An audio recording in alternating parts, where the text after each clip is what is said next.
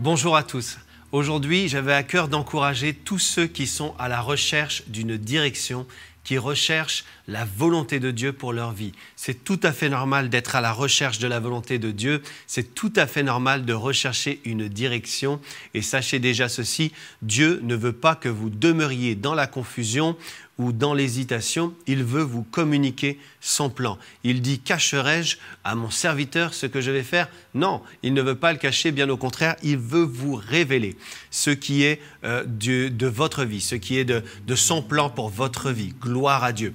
Et donc, nous lisons dans Actes au chapitre 22 et au verset 17, le récit de Paul qui dit « De retour à Jérusalem, comme je priais dans le temple, je fus ravi en extase et je vis le Seigneur qui me disait, le Seigneur disait, c'est-à-dire qu'il parlait.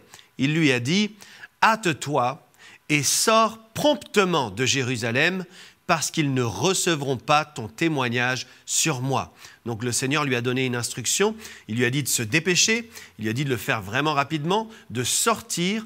Pourquoi ? Parce qu'il y avait une raison, que les gens ne recevraient pas son témoignage. Verset 19, il est dit « Et je dis, Seigneur, ils savent eux-mêmes que je faisais mettre en prison et battre de verge dans les synagogues ceux qui croyaient en toi, et que lorsqu'on répandit le sang d'Étienne, ton témoin, j'étais moi-même présent, joignant mon approbation à celle des autres et gardant les vêtements de ceux qui le faisaient mourir. » Donc en gros, Paul explique au Seigneur, mais tu sais très bien que voilà ces informations.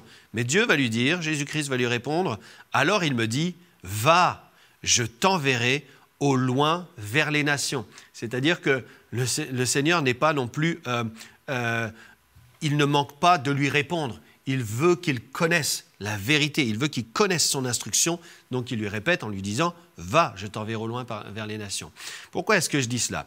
Proverbe 29, verset 18 nous dit « Quand il n'y a pas de révélation », autrement dit, quand il n'y a pas de vision, le peuple est sans frein.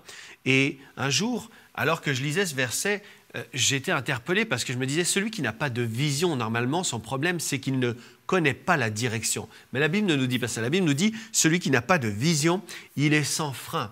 Il est incapable de s'arrêter.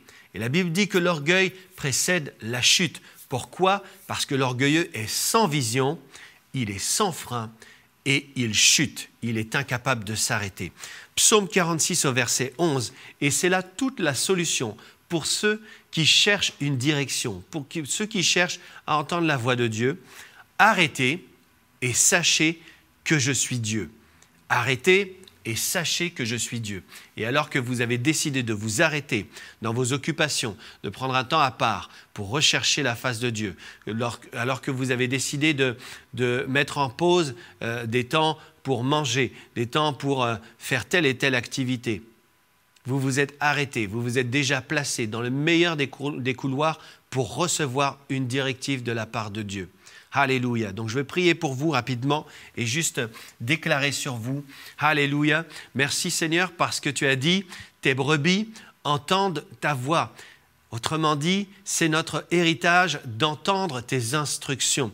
Et ta parole nous dit que tu veux nous faire connaître ta volonté, ce qui est bon, agréable, parfait. Merci parce que mes frères et sœurs qui en ce moment te cherchent sincèrement et qui s'arrêtent, même dans leur activité, ceux qui avaient commencé des projets sans te consulter, ceux qui avaient fait des alliances sans te consulter, ceux qui s'étaient engagés dans des alliances et dans des choses particulières et qui ont décidé de s'arrêter. Merci Seigneur, parce qu'ils reçoivent une directive de ta part, ils reçoivent une direction, ils ont une vision très claire, car tes commandements éclairent la vue. Merci Seigneur. On ne reste pas dans la confusion, mais bien au contraire, on est éclairé par ce que tu veux nous dire et nous te bénissons. Amen. Soyez bénis.